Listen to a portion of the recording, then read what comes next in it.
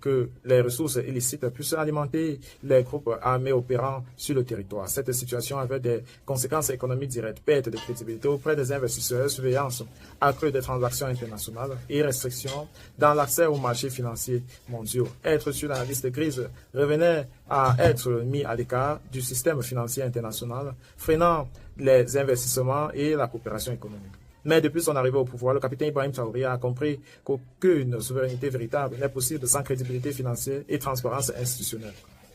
Son gouvernement a donc engagé un vaste chantier de réformes pour restaurer la confiance, renforcer le contrôle des flux monétaires et garantir que chaque franc entrant ou sortant du pays serve les intérêts du peuple burkinabé. L'une des mesures les plus emblématiques de cette réforme est la nouvelle loi obligeant toutes les ONG opérant au Burkina Faso à ouvrir un compte à la Banque centrale du Burkina Faso. Cette décision, loin d'être anodine, constitue un acte de souveraineté économique. Elle permet à l'État de surveiller les flux financiers liés aux activités humanitaires et internationales, d'assurer une traçabilité complète des fonds et de prévenir toute utilisation abusive des ressources étrangères à des fins politiques ou subversives. Parallèlement, le gouvernement a renforcé le dispositif national de lutte contre le blanchiment d'argent et le financement du terrorisme, modernisé son unité de renseignement financier et intensifié la coopération avec les institutions régionales telles que l'UEMOA et la Banque centrale des États de l'Afrique de l'Ouest, la BCEAO.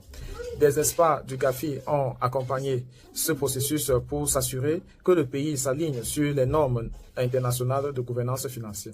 Ces réformes ont porté leurs fruits. Après plusieurs évaluations techniques, le GAFI a reconnu que le Burkina Faso avait réalisé des progrès significatifs et mesurables dans la mise en œuvre des obligations internationales.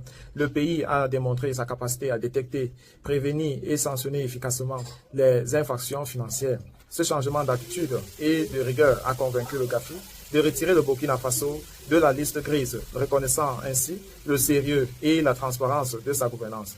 Cette évolution ouvre la voie à des retombées économiques majeures en regagnant la confiance des institutions financières mondiales. Le Burkina Faso peut désormais attirer davantage d'investissements directs étrangers, accéder plus facilement aux financements internationaux et renforcer ses partenariats économiques. Les banques, les bailleurs de fonds et les entreprises internationales voient désormais dans le pays un environnement financier stable, fiable et conforme aux standards mondiaux. Mais au-delà des chiffres, cette victoire a une dimension politique et symbolique profonde.